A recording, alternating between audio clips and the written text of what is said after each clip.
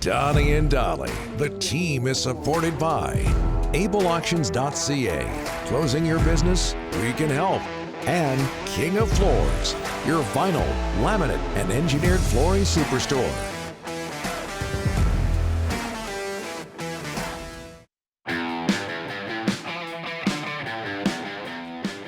Donnie and Dolly brought to you by Able Auctions and King of Floors. It is Wednesday, and all of our guests today, Wednesday, are sponsored by the O's marketing team at Royal LePage. Great to have them aboard. The go-to source for all your Central Vancouver Island real estate needs. Find out more at wearerealestate.com.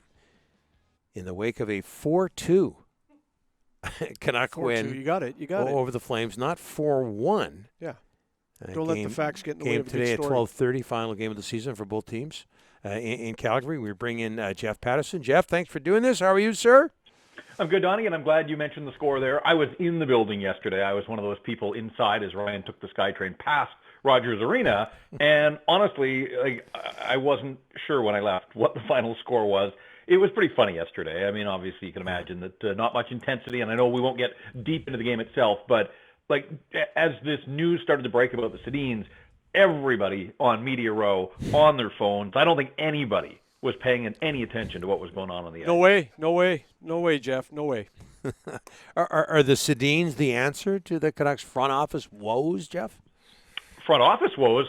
Donnie, the Sedins would still be top 9 forwards on this roster. True. Yes. I know that there's salary cap implications that wouldn't allow them to play in Calgary today, but if they could suit up, honestly, Henrik could be the third-line center in this group, and Daniel, he was slowing down a little bit as a goal scorer, but on the power play, second-unit power play, that just speaks to how much work this organization has to do. And I heard you, and I agree with you. It does feel like a distraction, a bit of a shiny object ploy here that I've got all the time for Daniel and Henrik to learn the job. I mean, these guys were as dedicated and as committed as professionals as you're going to find, and we know that they excelled on the ice.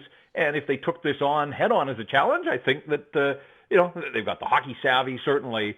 But in the here and now, I don't know how Daniel and Henrik necessarily help the Canucks. They may have ideas about team building and what works and what didn't work during their playing days, but we're going into an unprecedented summer here in Vancouver with a to-do list that is a mile long for management, from Seattle expansion to the draft itself, the draft lottery, moving, relocating, and building out the Abbotsford franchise, Pedersen and Hughes and their contracts, maybe finding a new head coach and a new coaching staff for the Vancouver Canucks.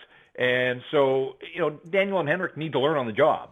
And again, I've got all the time in the world if they're committed to it. I think that they could be useful pieces, but they don't have an intimate knowledge of the National Hockey League and the depth charts of every organization, where the Canucks should be, looking to take advantage of some of these teams that are going to be strapped for protection issues. I just don't think that they can lend a ton in the way of advice to upper management on those types of subjects. So big picture, sure. Again, I'm all for, when Jeff Courtnall's name came up, I'm all for outside independent voices and some new blood and different ideas. But in the here and now, the idea is to get this franchise moving back in the right direction, get some traction, and to improve this roster. And those are the questions and the concerns I have. If Jim Benning stays on and John Weisbrod remains as his right-hand man, we know Jim's line of thinking. He values, some would say overvalues, veteran players, leadership, championship pedigree, and those types of things. And where has that got him in the past? He's not going to have a lot of wriggle room this year in terms of money to spend. And we've seen some of the bottom 6 guys that have been trotted out on the regular here for the last couple of weeks. Again, you can't just wave a magic wand and make those guys disappear and bring in a whole new batch in the offseason when you're strapped by the cap. So what you see, I think, for the most part, is a lot of what you're going to get next year. Podkolzin will come in. That's good. But otherwise, I think you're banking on improvement from within from your star players. And there's certainly some room for those guys to grow. But otherwise, I just don't know how this team gets from where they are, the depths of where they are right here, right now, to make this a quick turnaround for next season. He does have 2 years left in his contract, Yes. but what would Francesco's justification be for keeping Jim Benning when it seems everybody in town wants the Canucks to move on? It really feels like a pushback, Don, that this ownership group doesn't want the fan base to be calling the shots. Like, the fan base, a small portion of the fan base, but flying banners over the city and those types of things, they can't go unnoticed by management and ownership group, but it sort of feels to me like this is ownership digging in and saying, he's our guy. The question is, why does he remain your guy? We never hear from Francesco Aquilini, and we're probably only going to get the year-end letter to season ticket holders. That's the only time outside of Twitter that we ever hear from ownership, and it just feels like we're at a point in time where some real answers are required. And I think the fan base and people that have lined the Aquilini family pockets with millions of dollars over the years deserve the respect of some hard questions and some real answers on occasion from ownership. And it feels to me like at this point in time, at this crossroads for the organization, this is one of those instances where the fan base deserves some answers. Jeff, okay, the GM's back. The Sedin twins could be in the front office, but who's coaching this team next year?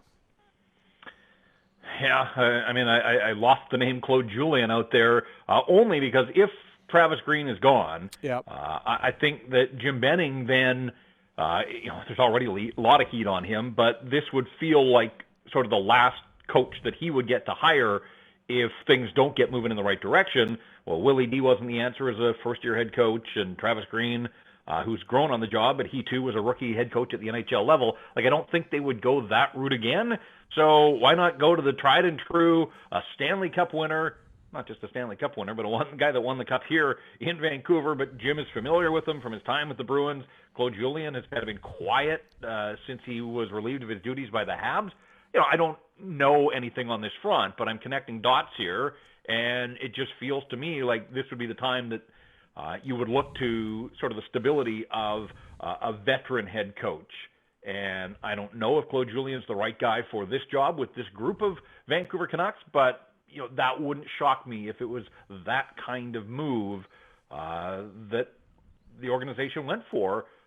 Again, just looking for some stability. I mean, this is what it's all about now. There's so much instability. I think it's going to be a fascinating couple of days here, in terms of what moves are made by the hockey club. What do we hear from players on their way out? If we get access to players via Zoom, after their exit meetings. I tried to ask Travis this morning, who's conducting these exit meetings? Like, if Travis Green is gone, what's the value of allowing him to conduct exit meetings if he's just going to take that info with him?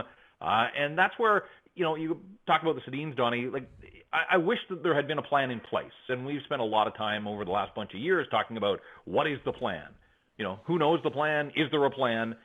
But I think right here and now, I would have loved to have seen a plan that said, we're bringing Daniel and Henrik in to sit in on these exit meetings to, add additional voices, to advise management. But it feels like they're chasing. They're still chasing the Sedins. They were chasing Jeff Courtnall on the weekend. In 3 hours, the season's over. It's done.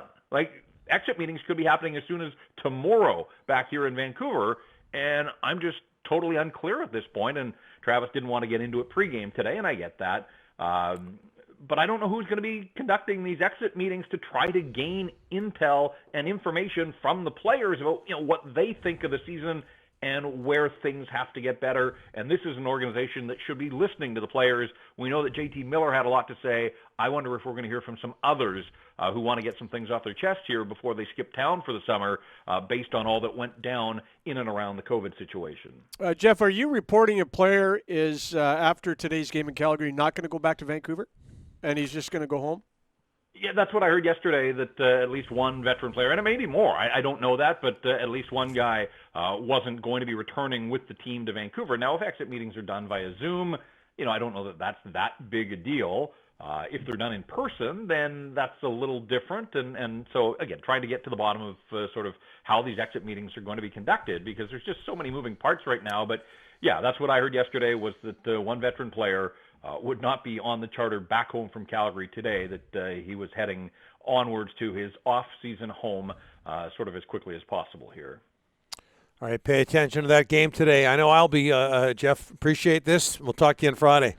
Yeah, and let me just quickly say, and I don't want to go deep on this game, Donnie, but Travis Green sort of taken away whatever fun we had. Alex Edler's not playing, so the quest for 100. Goal 100. Over. The other thing is, if Lind and Gadjevich don't play today, and they're both on the taxi squad right now, so they'd have to be activated to the roster. But if Cole Lind doesn't play, he will have played 6 straight after his call-up and then sat the final 7. Yeah. And if Gadjevich doesn't play, his NHL career will consist of 7 shifts and 4 minutes and 55 seconds of ice time. Hey, Jeff, and I can confirm Gadjevich is not playing today. He's going to take the pregame warm-up. I can confirm that. It makes no sense to me.